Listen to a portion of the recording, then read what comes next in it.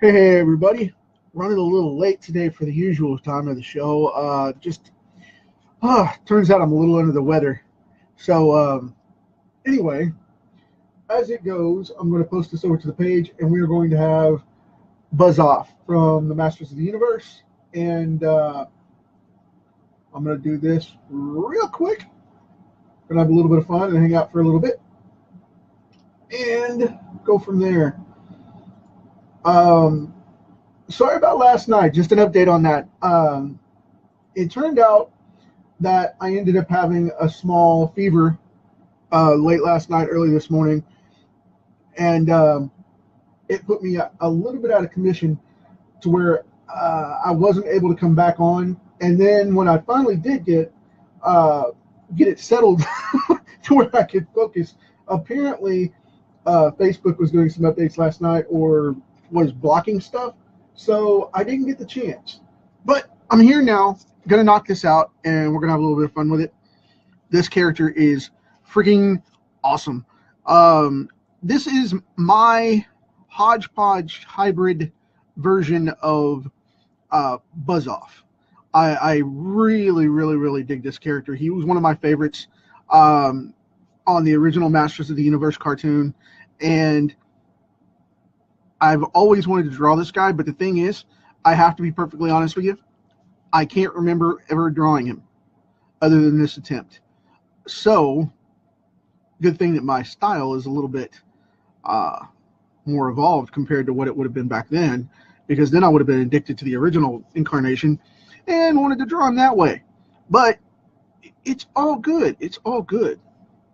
Been following a bunch of stuff going on with the transition of everybody looking for new places to post their comics and whatnot. And I've been reading a lot about that today, and it's just one of those things. I don't think that with the closing of Marvel's comic book line in 2018, I don't know if we're going to be able to get a decent subservice for a little bit, other than maybe one or two that are going to be competing for that stuff. So what I've been looking into is putting out the oh goodness, I'm getting ahead of myself here.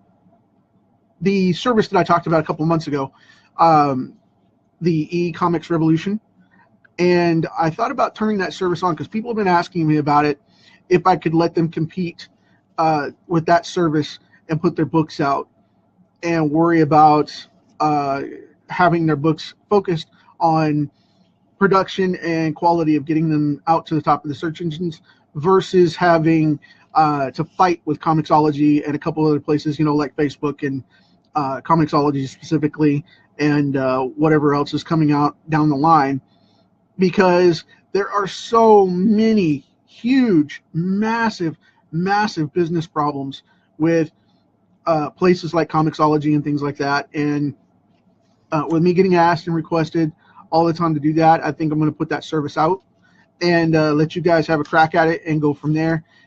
I think that you'll like it because of my programming background. I can put in everything that we need. It's already there. I just have to switch it on. So I'm going to do that this month. So keep an eye out for that. I'll start posting stuff about it this coming week. And I know today's the 1st, and we're halfway through the week here. So what I'm going to do is I'm going to post some stuff on it probably Friday or Friday-esque. I've got to do Mr. Brent Fowler's last Ember character tomorrow. So I want to make sure that I get that done. But I promised him that I would do that tomorrow and put that out for you guys for his Kickstarter. And I'm going to do that.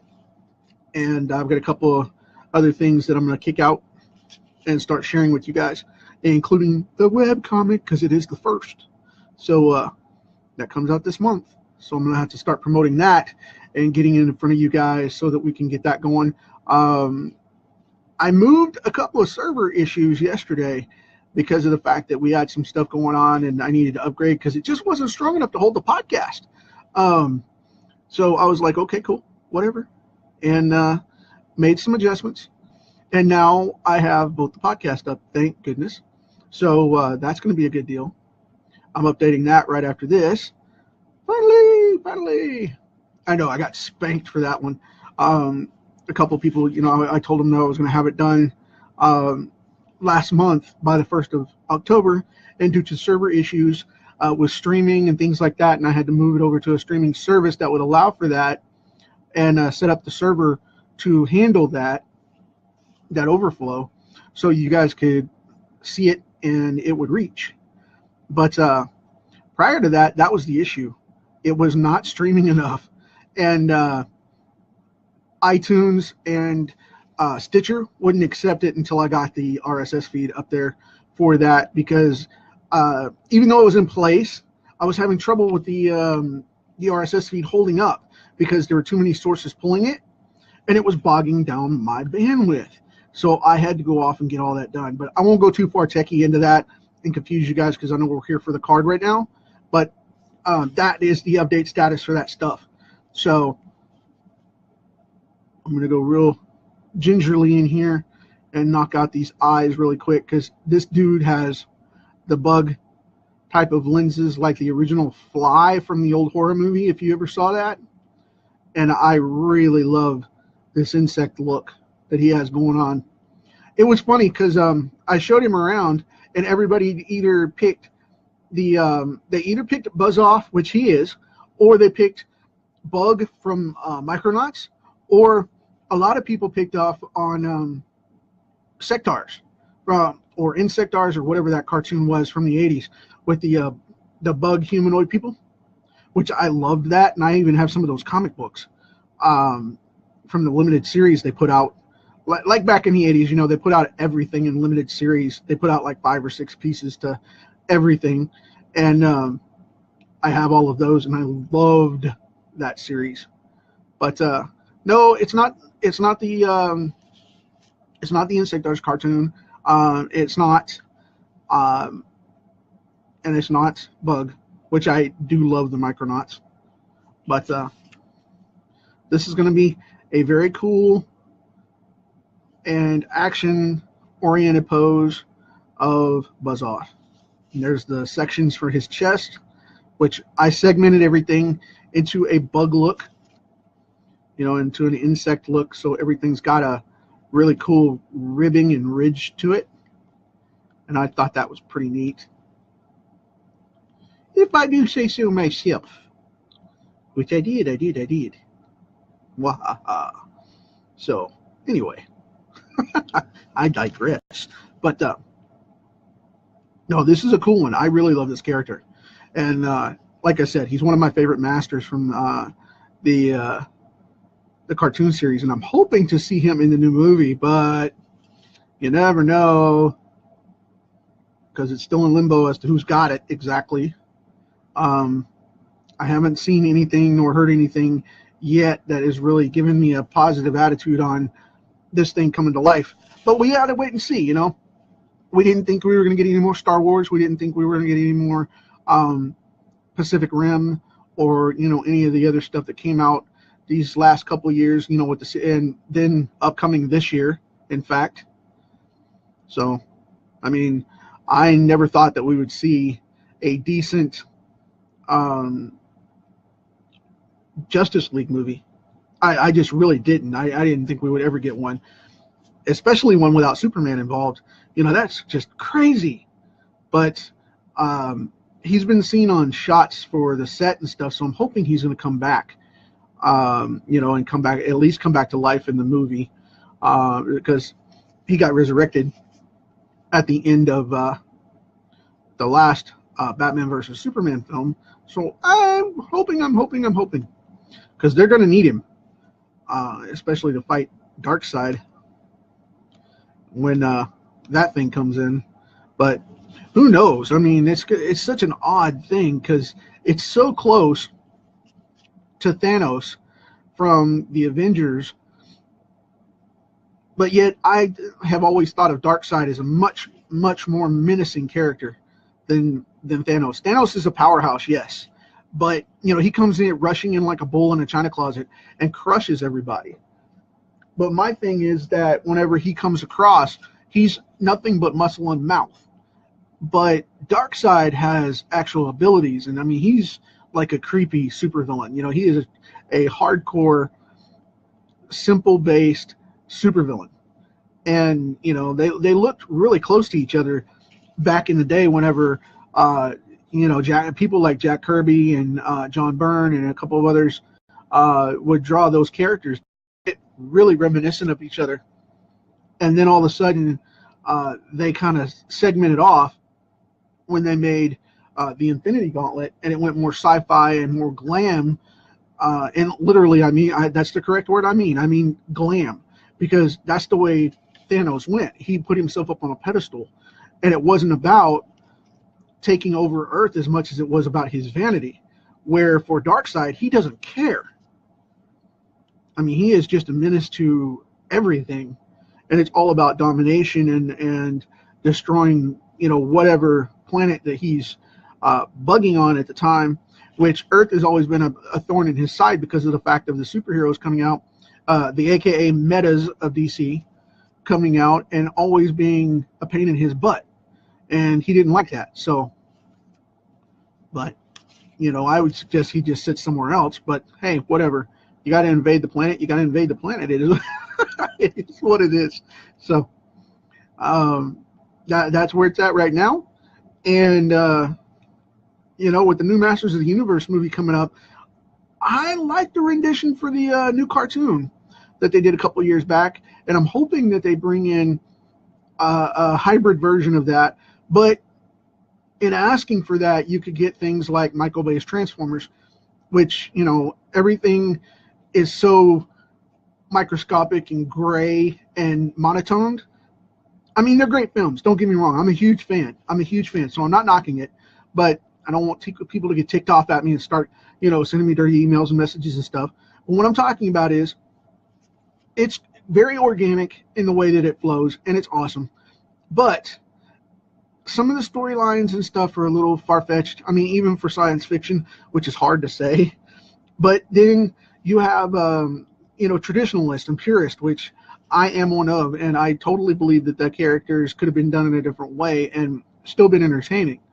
I mean, I don't think that we could have made movies with the original blocky, bulky, you know, stiff zipper suit style or Japanese style productions, because that was the way the original was going to go. And I was like, no, it'll be like the 90s. It'll be like the mid 90s Fantastic Four film. I mean, it'll be horrible. I was just like, please don't do that. But, you know, because everybody would be like a Power Ranger type of character, and it would just be awful. But I'm glad that they decided to go the direction they did for the sake of the film. But then on top of that, I wish they would have done it a little more closer, at least, in the tonality. So we could have gotten a little more out of it. But, you know, I'm hoping they don't go that extreme with these guys, because they could really put, I mean, this is a hybrid version of that character, that same character, you know, BuzzOff from the He-Man stuff. So, I mean, if they went with something like, not that I'm saying my design is the best one, I'm just saying this is a hybrid version of that, and you could do something like this and it would show up on film really well. You know, like the Aliens versus Predator type of thing. They could do really cool armor, because they've got the quality is out there because of the Iron Man armor and all of that. You know, I just don't think that they need to tear it up and break it down and then bring it completely back up. I think they need to just take what's there and respect it, and, you know, kind of respect the source material a little more in that regard. Because, you know, the 80s version of the Masters of the Universe, oh, Lord, that was just freaking horrible.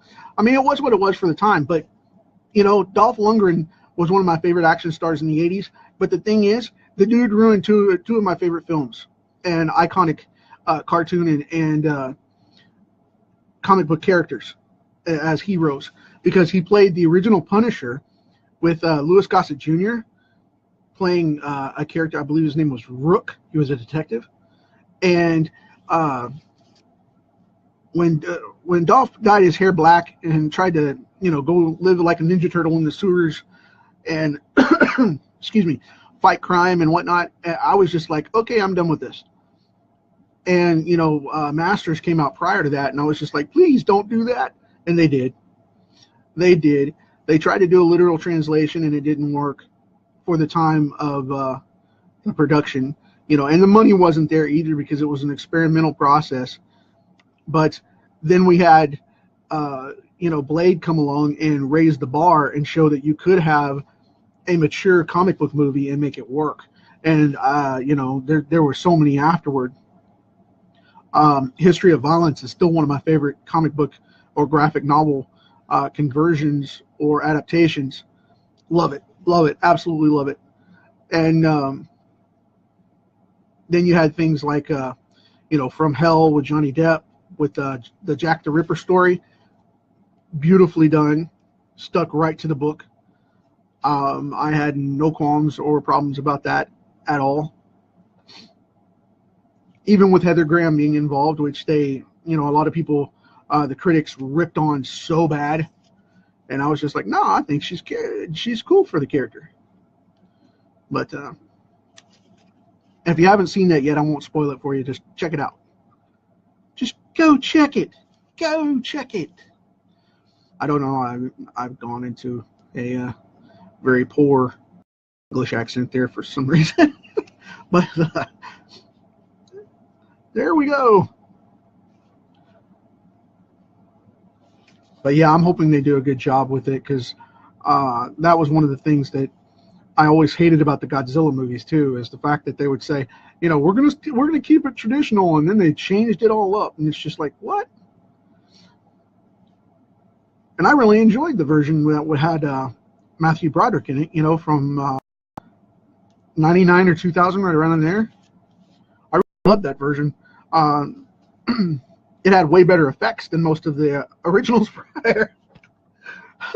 So, but that was the precursor to a really good Godzilla movie, which I'm still kind of on the fence, you know. We'll see if a good one comes out. That last one was okay. I liked it for what it was.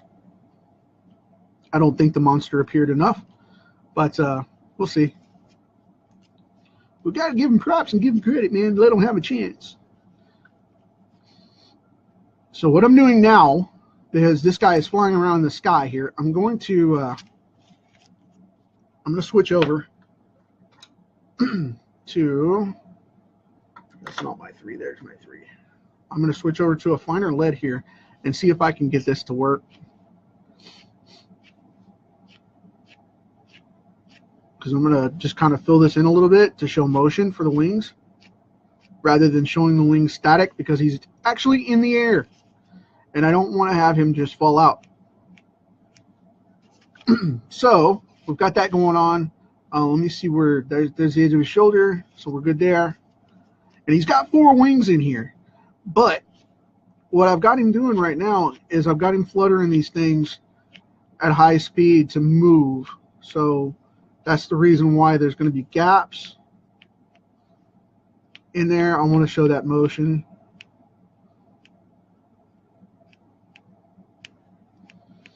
And get that out there for you guys to see.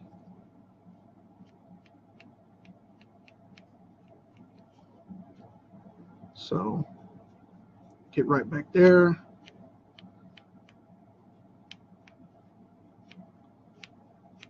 Curve these a little bit since they're at the top. There we go. Cool deal. All right. Now I'm going to put a little bit of an old school Eternia cloud bubble in the sky, which these things never moved, but they always made really cool looking cloud basins.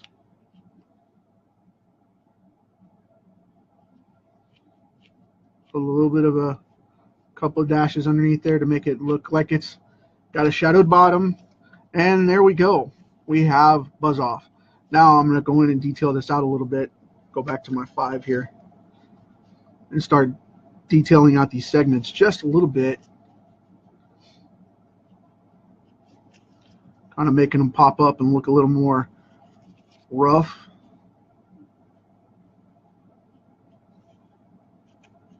Like bug shells.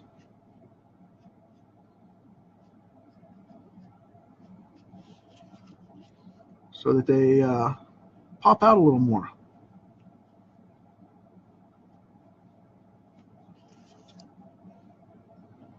Oh yeah, that's cool. Cool deal. And now when I ink it, I'll put in shadow marks and things like that.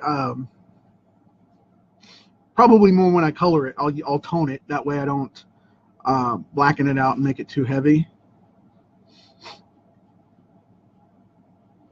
But I will thicken up a couple of these lines, and that's it. But you guys have been asking me a lot for more dynamic stuff, and I wanted to pop it out to where, you know, this dude looked like he was going to scrap and just go at it. And I think I accomplished that, I hope, to where you guys are happy with it.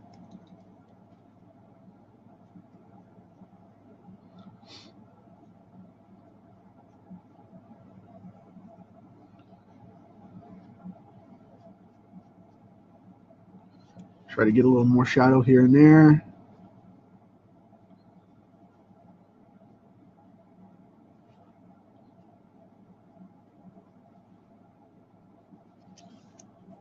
I find his segments really interesting because he used to be humanoid and look like a wrestler, you know, like all of those things did at the time. But now this new incarnation from the revamp or reboot, depending on whatever you call it, he has a more insect type look, and I really dig that, because I always thought he should have that, but they couldn't produce it that way at the time because they used the same style of mannequin to draw. I mean, everybody's torso and whatnot for the toys, their chest piece and whatnot was all the same, and then they would mass produce those and plug on a separate head, plug on the unique arms, plug on the unique, you know, belt or whatever, and that was the end of it. I mean, that's what they did. But the action figures were always molded the same way. They had to match up to toy line capabilities of the time so that the toys wouldn't be $80 a piece to mold like they are now, you know. Of course, we get the benefit of all the posable movement and all that, which is totally different now in comparison. So that's a good thing too, at least to some extent. I don't know if you guys are fans of Todd McFarlane toys or not, but I like a lot of the stuff he's put out.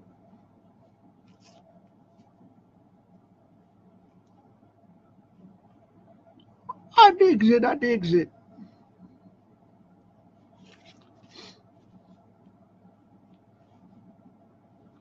Okay. I think that's going to work all right. Now what I'm going to do is going to put a hard shadow right here in this belt. So now we got the rim light.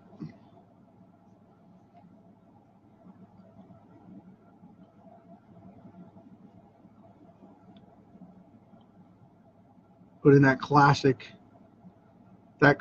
black spot for the He-Man belts, which everybody does in comics. You know, they do that big blackout mark to show the shadow of the curve where the fade is. A lot of people don't do this anymore, but I still do, because I wanted to give that animated look rather than just choking it off, you know, by going over detailed or burning it out or whatever. You know, I like to keep it simple in that regard. And if you guys want to draw this thing, you know, if you're going to do this type of technique, be sure and the reason I'm doing this off the edge of this card is to keep it from tearing up, but be sure and go back and forth and make a solid black spot, or just black it out, you know, just put the X in there for the marker and zone it off. It just depends on if you're fleshing it out in pencil or if you're going to go and ink it yourself later. You know, I say not to do that sometimes, but the thing is, I've been thinking about that lately. You know, if you're going to do just penciling, be sure and black out your blackouts. That way you don't have to worry about it. You know, and big massive blacks, put in that X and make sure that you lock it down that way so that you don't have that problem. Because what's going to end up happening is when the inker goes in, you got to make sure that you're crystal clear on what's going to happen when they go to ink your stuff. You know, I say that stuff all the time, but I just wanted to touch base and reiterate that real quick. Right now I'm putting in a couple more segments in the top of his head here. Flesh him out a little more closely to what we have in the cartoon and the animated series, as well as the comic books is what I meant to say. There we go. That's the one. He picked the right word, Clash. Yay. So this is why I don't take all the ahs and ums out of my podcast and stuff, because, you know, this is the way I am and this is the way I do things, and I want to keep it, you know, simple and real. And yes, there's a professionalism to it that you have to keep, you know, a certain professional level, but you don't have to be perfect. You know, be productive, not perfect. And I say that all the time, and I know I'm driving you guys nuts with it, but the thing is, it's true. It's true. Make it happen, make it happen, make it happen. So, there we go. Now I'm going to leave this right here and call this done. So I hope you guys dig it, and I'll see you tomorrow for the next one. So, also, Brent Fowler, I'm going to be doing his last Ember character tomorrow. So you'll want to check her out. I'll give you guys some information on what I'm doing there. And we got some stuff coming up. I got some cool stuff coming up for you. So hang tight, and we'll see you tomorrow. Take it easy.